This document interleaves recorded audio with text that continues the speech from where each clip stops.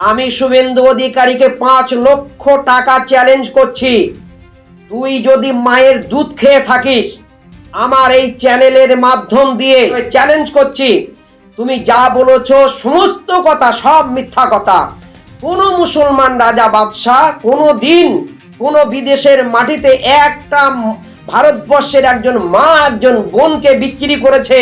তোমার কাছে প্রমাণ নেই, আর প্রমাণ যদি দিতে পারো তোমাকে আমি 5 লক্ষ টাকা দেব।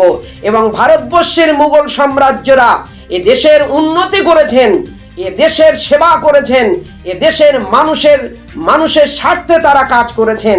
আজকের কুলাঙ্গার, শয়তান, মিথ্যাবাদী, দেশদ্রোহী, দেশের দুশ্মন, সংবিধানের দুশ্মন, মানুষের দুশ্মন, দেশের কলঙ্ক। তুই, তোর জন্মের ঠিক নেই।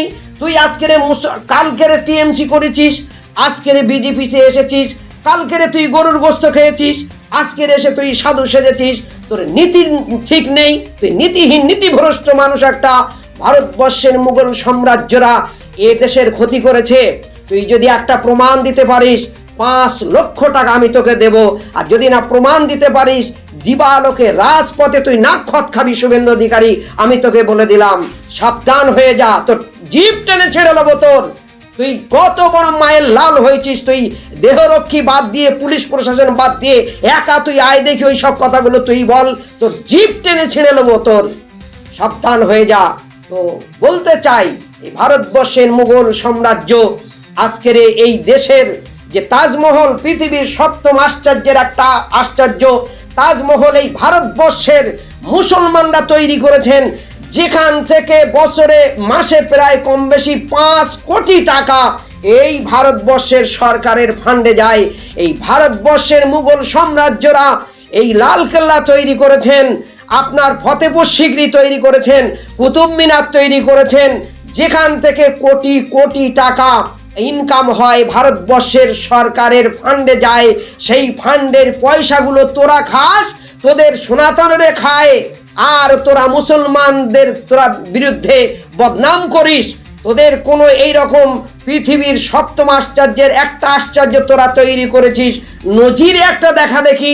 ধর্ম নিয়ে ব্যবসা করিস, ধর্মের আপিং মানুষকে খাইয়ে রেখেছিস, আর মানুষের কাছে মুসলমানদের নামে যত রকমের মিথ্যাচার তুমি করতে পারবে, মুসলমানদের নামে যত তুমি মিথ্যা কথা বলতে পারবে, তত তোমার দাদা, তোমার বাবা যিনি নরেন্দ্র মোদী বসে আছেন, তোমার আরো বড় পদ দেবে, তুমি আরো হাইলাইট হবে।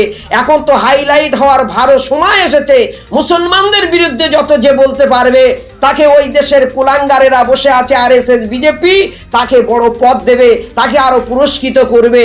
নাথুরাম গডসে মহাত্মা গান্ধীকে মেরেছিল, তুমিই তো বলেছিলে যে আজকের রাজাকার ছিল ব্রিটিশের দালাল, আর বিজেপি কোনো দিন দেশপ্রেমিক বিজেপি ছিল না। এদের মুখে ভারত মাতা কি জয় এই স্লোগান সাজে না, তুমিই তো বলেছো। আজকের তুমি সাধু হলে, আজকের তুমি সাধু সেজেছ। তোমার নিজের বায়োডাটার দিকে লক্ষ্য করে দেখো, তুমি নীতি ভ্রষ্ট মানুষ। তুমি যা কথা বলো সকাল থেকে সন্ধ্যা পর্যন্ত মিথ্যা কথা বলো, একটা সম্প্রদায়ের উপরে আঘাত করে কথা বলো, একটা সম্প্রদায়কে ছোট করে কথা বলো, একটা সম্প্রদায় ভালো সম্প্রদায়কে মুসলমান রাজা বাদশাদের নামে তুমি মিথ্যাচার করো। তুমি সাবধান হয়ে যাও, আগামী দিনে কিন্তু তোমাকে আমরা ছেড়ে কথা বলবো না। তুমি যখন ওই জায়গায় থাকবে না, তখন তুমি আর রাস্তায় পার হতে পারবে না।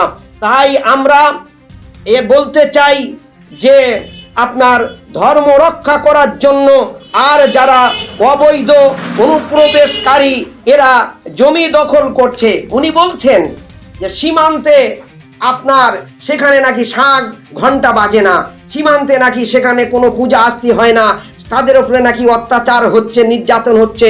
যান, আমি সাধারণ বন্ধুদেরকে বলতে চাইবো, সেখানে যে দেখে আসুন, সেখানে সব কিছু হচ্ছে, সেখানে এই ভারতের মানুষ সব কিছু পালন করছে, অথচ এরা দেশের মানুষের কাছে মুড ঘোরানোর জন্যে, মাইন্ড ঘোরানোর জন্যে, মুসলমানদের নামে মিথ্যা কথা বলে আজকের উত্তপ্ত করার জন্যে, এই সুন্দর সমাজটাকে ধ্বংস করার জন্যে এই কথাগুলো বলছে।